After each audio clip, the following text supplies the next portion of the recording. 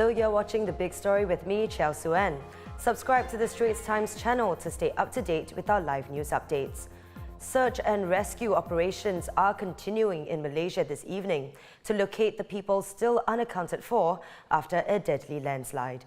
It happened at the campsite at Father's Organic Farm in the Batang Kali area, some 15 kilometers from the popular resort of Genting Highlands. Roads to the site have been closed to allow easier access for rescue personnel. At least 16 people were killed and 61 have been rescued, with around 17 others feared trapped. Police say that among those confirmed dead were believed to be a 5-year-old boy, 6 women and 1 man. Selangor's Fire and Rescue Department said the landslide that fell onto the campsite was about 1 acre wide. It has also emerged that the campsite was operating illegally without a required license. Local Government Development Minister Nga Kor Ming said he has instructed 155 local councils to check and vacate all campsites located along high-risk areas, including waterfalls, rivers and hillsides. Prime Minister Anwar Ibrahim said he was shocked by news of the landslide and is planning to make a visit to the site. You can follow live updates on the situation in Malaysia on our website, straitstimes.com.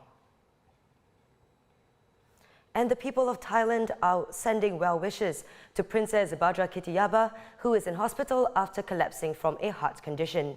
According to the Royal Palace, she lost consciousness on Wednesday evening during a military dog training session in the Pak Chong district. She was treated at a local hospital and later taken by helicopter to Bangkok after her condition stabilized. The 44-year-old is the eldest child of the king and a senior member of the royal family.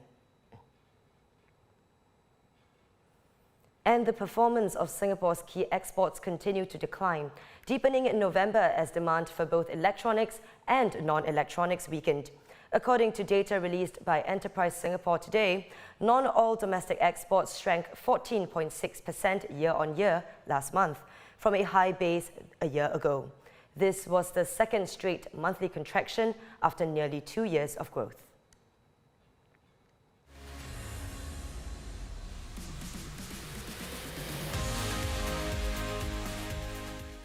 The end is in sight at the 2022 FIFA World Cup as Morocco goes up against Croatia in the third-place playoff on Saturday. Meanwhile, on Sunday, Argentina will face France in the final that will have fans all over the world glued to their screens. Both teams will be led by their talismanic strikers in Lionel Messi and Kylian Mbappe, who could prove to be the difference makers. Looking ahead to the final, both teams went through challenging roads to get there. Argentina's campaign got off to the worst possible start as they fell to a shock 2-1 loss to Saudi Arabia, but they secured qualification by winning their next 2 games.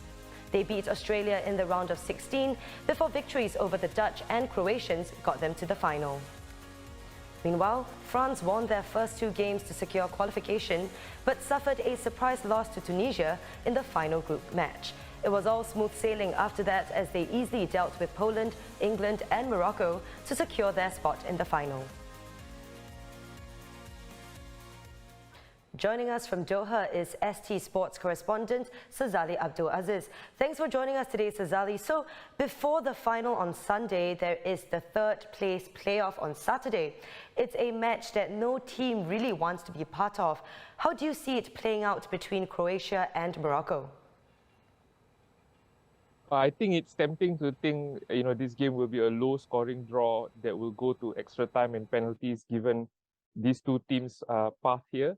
In fact, when they did meet in the group stage, it ended 0-0-2, but I don't think that will happen tomorrow. I think Croatia will take the opportunity to field a couple of second stringers in this game.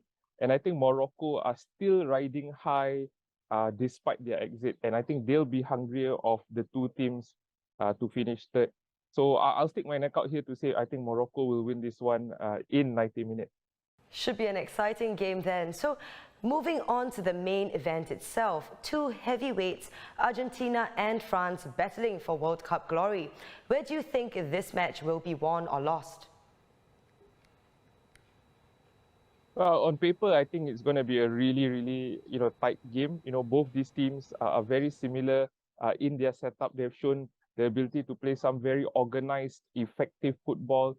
while leveraging on a mercurial attacker up front. I'm talking about Lionel Messi for Argentina and Kylian Mbappe for France, of course. And there's no denying, these two players have the potential to decide the game on their own. But while all eyes will be on them, I think the midfield battle will be very important as well.